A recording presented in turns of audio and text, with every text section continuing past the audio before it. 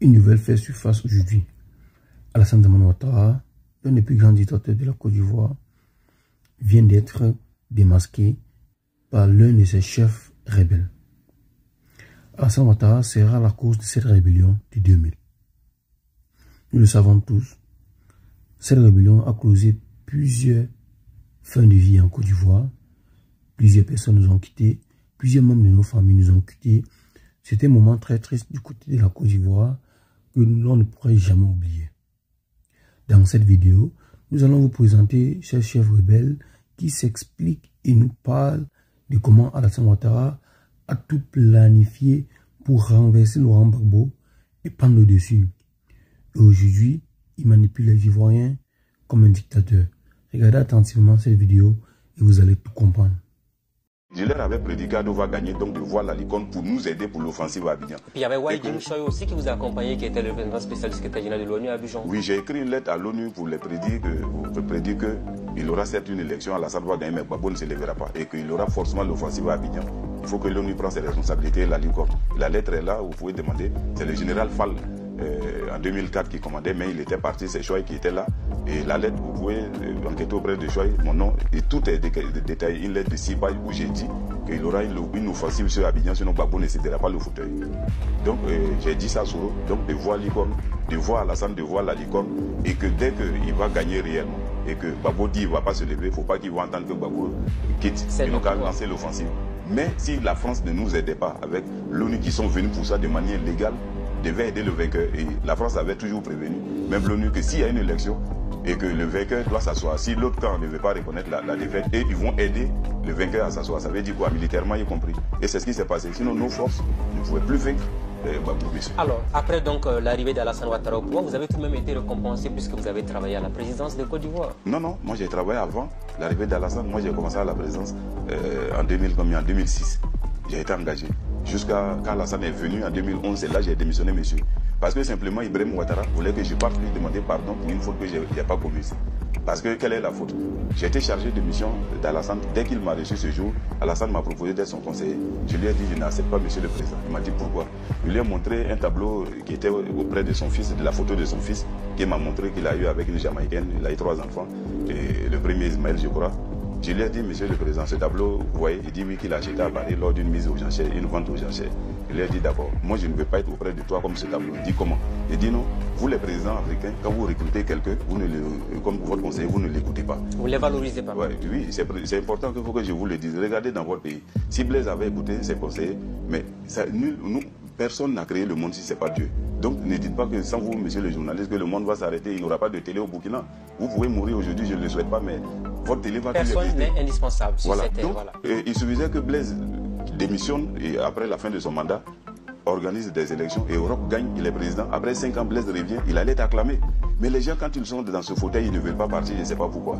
Donc voilà une erreur qu'il a commise et tous les présidents sont comme ça. Regardez dans mon pays. Bouffon n'a jamais quitté son fauteuil, bien que Gbagbo est un candidat, il est mort au trône. Bédi, il a fallu qu'il parte par un coup d'état. Quand Gueye est venu, il dit qu'il va balayer la maison. Quand c'était propre, au lieu de s'asseoir même, il s'est couché. On l'a chassé là par les arbres. Quand Gbagbo est venu, il ne travaillait pas, il dit il y a la guerre. On dit bon, quitte, Alassane veut prendre le pays, il dit non. Alors, non, c'est un pas important, vous allez continuer, permettez-moi. Donc c'est pour vous dire quoi. Et quand un pays arrive, les présidents à cela, c'est pas bon. Alassane, quand il m'a proposé d'être son conseiller, j'ai refusé. Parce que Gbagbo avait 100 conseillers. Il y a des conseillers qui n'ont jamais vu le chef d'État pendant les 10 ans. Donc, étant un conseiller, tu conseilles le président, fais ça, il refuse. Mais à quel rôle tu joues? Tu es payé à 2 millions, 4 millions comme conseiller spécial à rang de ministre et tu ne peux pas conseiller le président, j'ai refusé. J'avais plutôt dit à proposer à Alassane, je vais être son chargé de mission. Il dit d'abord, je vais travailler directement avec son petit frère Ibrahim Ouattara, qu'il appelle photocopie. Or qu'en réalité, c'est pas. Ibrahim n'a pas. Alassane est charismatique, brillant, intellectuel, mais Ibrahim est limité, il n'a pas d'idée comme son frère. Et quand on a commencé à travailler ensemble, il y a eu une marche où il devait avoir des mots. Quand j'ai vu cela, je suis venu dire à Ibrahim. Ibrahim m'a dit d'encadrer. Il fallait 5 millions. Ibrahim dit il peut décaisser 3. J'ai refusé. Je lui ai dit ça ne pouvait pas parce que je savais de quoi il s'agissait. S'il y a des morts, il devait les assumer. C'est d'éviter. Si on tirait sur la foule, il fallait qu'on soit en mesure de nous défendre. Donc quand Ibrahim a refusé, moi je me suis mis en retrait. Le matin, je suis venu proposer à Ibrahim d'annuler la marche.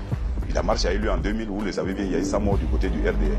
Et le lendemain, et je dis le lendemain, une semaine après, Alassane a décaissé par le canal la proposition d'Ibrahim Ouattara 65 millions pour enterrer tous ces morts et donner un peu d'argent à leurs parents. Mais monsieur, entre décaisser 65 millions pour des cadavres et les honorer, alors qu'on pouvait empêcher qu'ils meurent, mais le choix était clair. Alors, je suis venu proposer ma démission à Ibrahim Ouattara pour dire à partir d'aujourd'hui, je ne suis plus le chargé de mission de ton frère, je te quitte. C'est important. Et quand je suis sorti, je n'ai pas claqué la porte parce que je savais qu'un jour nous nous réveillerons. Et quand le frère d'Ibrahim a été président en 2010, Ibrahim, moi j'étais déjà à la présidence comme le chargé, comment dirais, des moyens logistiques, le responsable des moyens logistiques. C'est-à-dire je devais, quand Babou reçoit quelqu'un, il fait la mise en place. Et encore, s'il y avait des choses à faire, le voyage, le tapis rouge, tout, je m'occupais. Et en tout cas, il y avait les moyens généraux comme on avait les. Mais on devait me nommer maintenant comme le responsable, le directeur, avec rang de choses, le directeur, c'est-à-dire marché de service, tout. Mais Ibrahim Ouattara, pour me nommer, veut que moi je vienne lui demander pardon en génie. Parce que moi je l'ai manqué de respect, le simple fait de dire que les morts sont sur sa conscience, c'est lui qui les a tués. Que j'ai été insulté. Donc au lieu de demander ce pardon, j'ai préféré rendre ma démission. J'ai écrit ma lettre de démission et là je pourrais vous la présenter. Okay. C'est comme ça que j'ai quitté le pouvoir d'Alassane Ouattara à cause de son petit frère Ibrahim. Et puis depuis je suis à la maison. Voilà, vous gérez vos petites activités économiques qui vous permettent de subvenir donc à vos besoins. Je n'ai pas travaillé avec Alassane étant président. D'accord. Alors dites-nous, nous sommes pratiquement en fin d'émission. Vous avez fait un témoignage assez édifiant donc, sur la crise en Côte d'Ivoire. Quelle appréciation faites-vous aujourd'hui de cette guerre de succession ouverte avant 2020? Oui, d'abord, je vais vous surprendre. Moi, je pense que ça n'engage que moi seul. Alassane peut être candidat parce que la Constitution le lui permet. Et les gens, quand on vote une Constitution, il faut l'assumer. Mais il a fait 2 mandats, c'est suffisant, il doit partir. Non, mais je vous dis, au Burkina, pourquoi vous n'avez pas voté la Constitution? Vous êtes allé brûler l'Assemblée. C'est parce que vous ne voulez pas de cette Constitution. Vous êtes d'accord avec moi? Et on connaît la suite. Mais en Côte d'Ivoire, la Constitution a été votée. Donc, on doit l'assumer. Parce que la Constitution est claire. Quand la Constitution, on la votait, c'est à partir de ce moment qu'on vote une loi, le lendemain, la loi rentre en vigueur.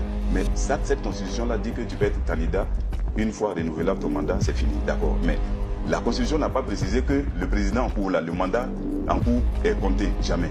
Donc il n'y a pas de la question de la rétroactivité de la loi. Non. Donc ça permet à Alassane d'être candidat. Donc Alassane qui finit, c'est comme c'est considéré qu'il a son premier mandat en 2020, Alassane sera candidat. Et si Dieu le permet qu'il a la santé, il peut être candidat et puis il sera élu. Maintenant, s'il est élu, c'est à partir de 2025 qu'Alassane ne sera pas candidat. J'ai tenu à préciser cela parce que les gens luttent pour 2020, or que c'est eux-mêmes qui ont voté une loi qui donne une brèche à Alassane et qui va la colmater. Donc maintenant, Soro aussi, il va être président. Mais là, c'est un pas important. Et vous posez une question, peut-être le temps n'est pas trop chose. Oui, donc ça c'est une question importante, il faut que je vous le dise. La révolution a été créée par le Che Guevara. Mais la révolution s'est divisée en 2 parties au fil du moment du temps.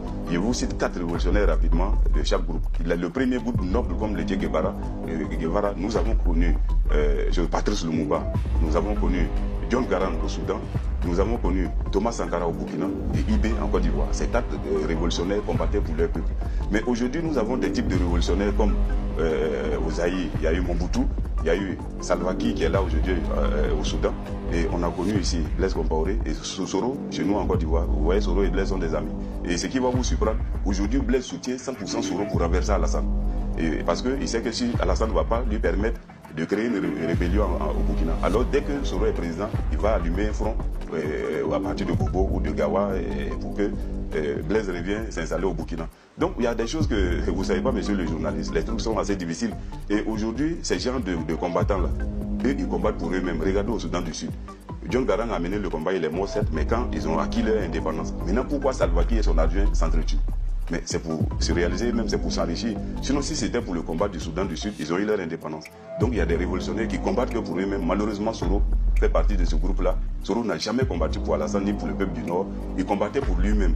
Si la rébellion avait contrôlé Abidjan avant l'élection 2010, Soro allait tuer Alassane et laisser Gbagbo le mettre en prison. Alors, de toute façon, Guillaume Soro, certainement qu'il aura le temps de regarder cette émission, ou ses collaborateurs regardera cette émission, ils pourront vous demander de compte sans doute à l'avenir.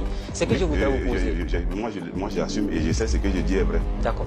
Je voudrais vous poser une question qui me paraît très très importante. À cette étape de notre émission, pratiquement, c'est vers la fin. Vous, aujourd'hui, est-ce que vous êtes inquiet pour la Côte d'Ivoire?